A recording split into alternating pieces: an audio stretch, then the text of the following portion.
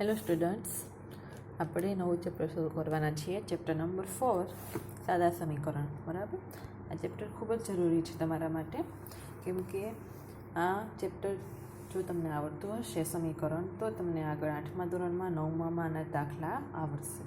અને તમને ખબર જ છે, અને હું કહું જ છું દર વખતે, કે આ મેથ્સનો પાયો છે તમારો.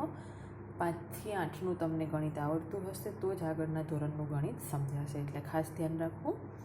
સમીકરણ સમજીએ તો સમીકરણ એટલે શું? તો સમીકરણ સમજતા પહેલાં તો ચલ એટલે શું એ અમુક શબ્દોથી આપણે પરિચિત હોવા જોઈએ. ચલ એટલે શું? ચલ એટલે શું? તો કે જેની જુદી જુદી કિંમતો હોય. જુદી જુદી મીન્સ કે એની કિંમત સતત બદલાતી રહે. જેની કિંમત સતત બદલાતી રહેતી હોય ને એને ચલ કહી શકાય. અને ચલ જેની કિંમત જુદી જુદી હોય, બરાબર.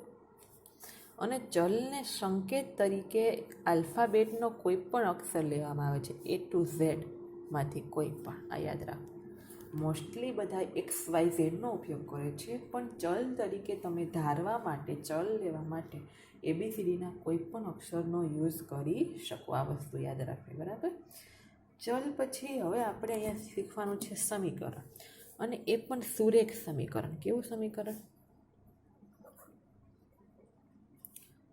સુરેખ સમીકરણ એટલે કે જેમાં ચલની ઘાત એક જ હોય. જેમાં ચલની ઘાત એક જ હોય. કેટલી હોય? એક જ. દાખલા તરીકે 3x + 2 = 5. આ છે સમીકરણ. આ શું છે? એક પ્રકારનું સમીકરણ. આમાં ચલની ઉપર તમે જોઈ શકો, કંઈ છે ચલની ઉપર? નહીં. એનો મતલબ ચલની ઉપર ઘાત કેટલી છે? 1. તો જે ચલની એક જ ઘાત હોય ને એને સુરેખ સમીકરણ કહેવામાં આવે. કેવું સમીકરણ? સુરેખ સમીકરણ, બરાબર. અને આ ચેપ્ટરની અંદર આપણે સુરેખ સમીકરણ વિશે જ માહિતી મેળવવાની છે. તો પહેલાં સમીકરણ એટલે શું? તો કે સમીકરણમાં બે બાજુ હોય છે, વચ્ચે બરાબર હોય છે, એની જમણી બાજુ પણ હોય છે અને એની ડાબી બાજુ પણ હોય છે. અને સમીકરણ એને કહી શકીએ કે જેમાં બરાબરની જમણી બાજુ અને ડાબી બાજુ સમાન. કેવી હોય? સમાન હોય. સમજાણું? સમીકરણનો મતલબ જ એ થાય કે જેની અંદર જમણી બાજુનું અને ડાબી બાજુનું મૂલ્ય સરખું હોય ને તો જ આપણે વચ્ચે બરાબરની નિશાની મૂકી શકીએ. બરાબરનો મતલબ જ થાય કે સરખો, બરાબર. હવે સમીકરણનું બીજ અથવા તો સમીકરણનો ઉકેલ કોને કહેવાય? સમીકરણનું બીજય કહી શકો, એનો ઉકેલ કહી શકો. તો ચલની જે કિંમત મૂકતા ડાબા અને જબા સમાન મળે તેને સમીકરણનું બીજ અથવા તો સમીકરણનો ઉકેલ કહે છે. સમજાણું તમને?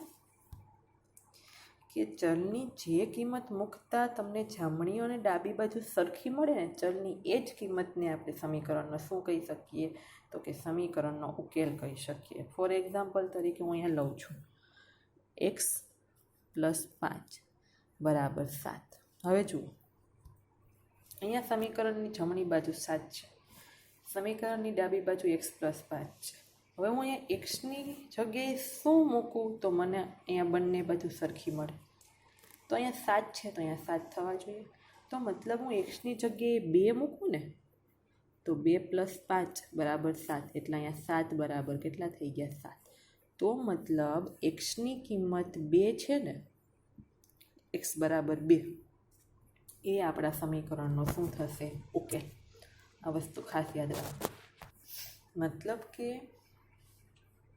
કોઈ પણ સમીકરણનો ઉકેલ એટલે એની અંદર ચલની તમને એવી જ કિંમત મળે કે જેથી એ ચલની કિંમત એમાં મૂકતા બંને બાજુ સરખી થાય. આ વસ્તુ યાદ રાખવી, બરાબર. હવે જુઓ, આ ચેપ્ટરની અંદર મોસ્ટ ઇમ્પોર્ટન્ટ સમીકરણનો ઉકેલ શોધવા માટે તમને અમુક નિયમો ખબર હોવા જોઈએ કે કોઈ પણ સમીકરણ હોય એને તમે સાઈડ બદલી શકો. બે સાઈડ હોય ને, જમણી અને ડાબી, તો તમે જમણી બાજુથી ડાબી બાજુ પણ લઈ શકો અને ડાબી બાજુથી એને જમણી બાજુ પણ લઈ શકો, પરંતુ અમુક નિયમો સાથે. એ નિયમો શું છે? તમે કોઈ પણ સંખ્યા હશે એને તમે જમણી કે ડાબીથી જમણી બાજુ લઈ શકશો ને તો એ સંખ્યા પ્લસ હશે ને તો માઇનસ થશે, માઇનસ હશે ને એ સંખ્યા બરાબરની બીજી બાજુ જતાં પ્લસ થશે. ગુણાકારમાં હશે ને એ ભાગાકારમાં જશે અને ભાગાકારમાં હશે ને એ ગુણાકારમાં જશે. આ બહુ જ ઇમ્પોર્ટન્ટ છે. જો તમે સમીકરણમાં નિશાની બદલતા ભૂલી ગયા તો તમારો જવાબ ખોટો પડશે. બરાબર?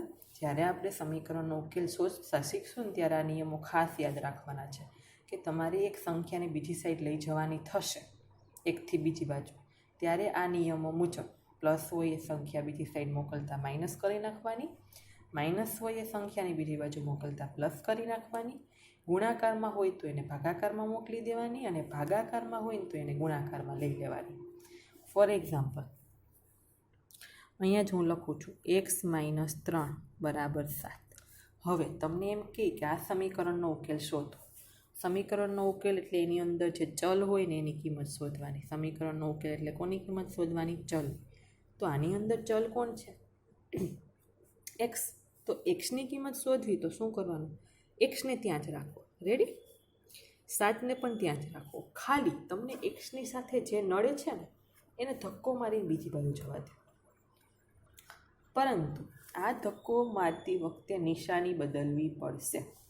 જેમ કે અહીંયા -3 છે, એને તમે હટાવીને બીજી બાજુ લઈ જાઓ તો માઇનસ હશે, એને કેવા કરવાના? પ્લસ.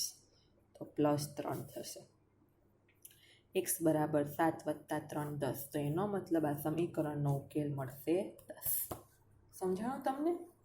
કે તમે અહીંયા 10 મૂકશો તો જુઓ 10માંથી 3 જાય તો કેટલા વધે? 7. મળી ગયા બંને બાજુ 7. હંમેશા સમીકરણનો એવો જ ઉકેલ મળવો જોઈએ કે જેને ફરીથી સમીકરણમાં મૂકતા બંને બાજુ સરખી થવી જોઈએ, તો તમારો જવાબ સાચો. બરાબર? 10ને અહીંયા મૂકો તો 7 થાય છે. હા, તો બરાબરની બીજી બાજુ પણ 7 છે. તો કે હા, જો બંને બાજુ સરખી થાય તો એ તમારો ઉકેલ સાચો, બાકી ખોટો. આ વસ્તુ યાદ રાખવી. બરાબર? એટલે કોઈ પણ સમીકરણનો ઉકેલ એટલે એની અંદર જે ચલ હોય ને એની કિંમત મેળવવાની આપણે રહેશે. ચલ સાથે જે પણ સંખ્યા હોય ને એને ધક્કો મારીને બીજી સાઈડ જવા દેવાની.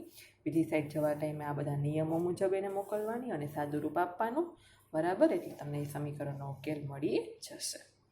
સાવ સિમ્પલ છે. આ બધું યાદ રાખજો. એટલે પછી આપણે આના ઉપરથી દાખલા કરશું.